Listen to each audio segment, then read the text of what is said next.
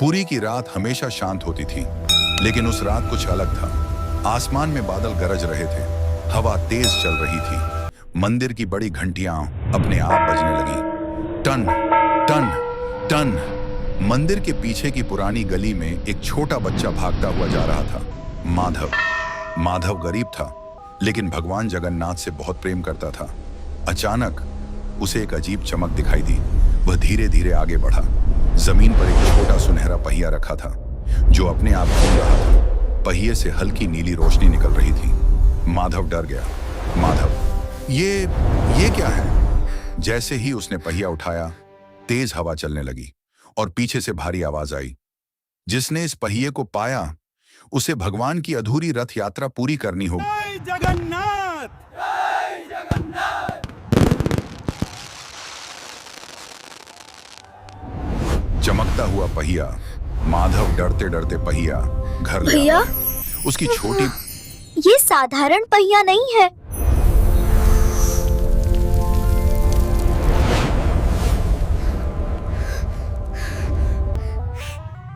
हाथ में माधव और गुड़िया दादी के पास जाते हैं। दादी पहिया देखते ही चौंक जाती हैं। दादी, ये दिव्य रथ का पहिया है। माधव, दिव्य रथ? दादी गहरी सांस लेती हैं, फिर कहानी सुनाती हैं।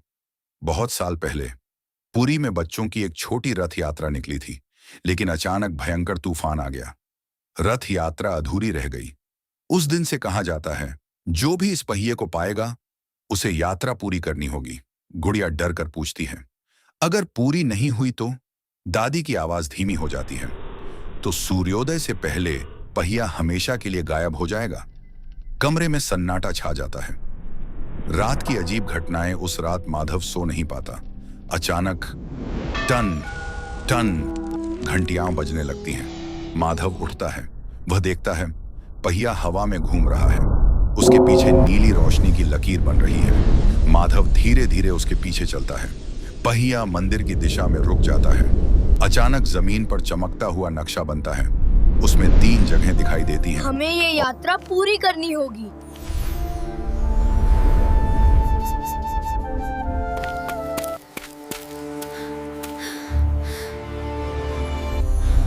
पहला मिशन सुबह। माधव और गुड़िया नक्शे के पहले स्थान पर पहुंचते हैं। पुराना बरगद का पेड़। हवा अचानक तेज हो जाती है। पेड़ की शाखाएं हिलने लगती हैं। कोई गुड़िया हमारा डर पीछा जाती कर रहा है। गुड़िया, भैया, कोई हमें देख रहा है। अचानक पेड़ के पीछे एक काली छाया दिखाई देती है। माधव आगे बढ़ता है, लेकिन छाया गायब। उसे पेड़ के नीचे एक लकड़ी मिलती है। लकड़ी पर रथ का चिन्ह बना होता है। जैसे ही माधव उसे उठाता है, दूर से किसी बच्चे की हंसी सुनाई देती है। रहस्यमयी बच्चा। वापसी में अचानक माधव रास्ता भूल जाता है। इधर जाओ। तभी सफेद कपड़ों में एक मुस्कुराता बच्चा दिखाई देता है। वह कहता है, मंदिर जाने का रास्ता उधर है। माधव, तुम कौन हो? बच्चा बस मुस्कुराता है। जब माधव उसका हाथ पकड़ने की कोशिश करता है, वह अचानक गायब हो जाता है।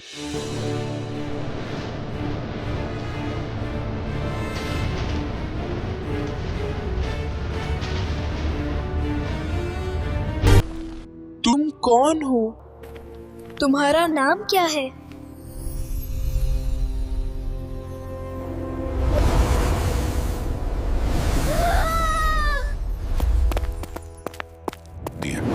मंदिर के अंदर एक टूटी हुई प्राचीन मूर्ति खड़ी थी। उसके आसपास बेलें उगी हुई थीं, जैसे सदियों से किसी ने उसे छुआ ना हो। चमक रहा था। हल्की सुनहरी ऊर्जा उसके चारों ओर घूम रही थी। माधव धीरे से उसे उठाता है। तुरंत पुराने कुएं से सुनहरी रस्सी मिलती है। मंदिर के पीछे से छोटा ध्वज मिलता है। हर जगह वही रहस्यमयी बच्चा उनकी मदद करता है, लेकिन हर बार गायब हो जाता है। सस्पेंस बढ़ता जाता है। टूटता हुआ रथ। आधी रात। माधव रथ बनाना शुरू करता है। धीरे धीरे सुंदर छोटा रथ तैयार हो जाता है। तभी अचानक तेज तूफान। बिजली चमकती है। रथ टूट जाता है। माधव रोने लगता है।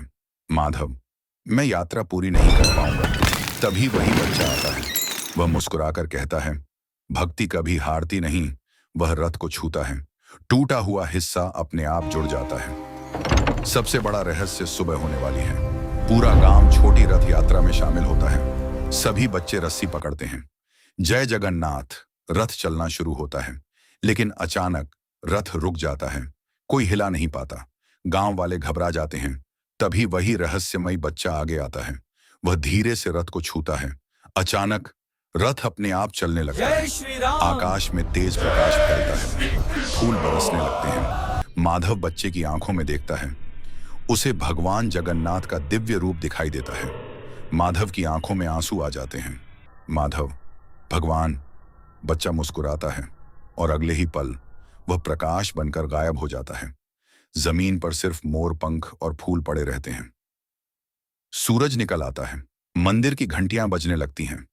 दादी मुस्कुराकर कहती हैं, भगवान हमेशा बच्चों के साथ रहते हैं, बस पहचानने वाला दिल चाहिए। माधव हाथ जोड़ता है।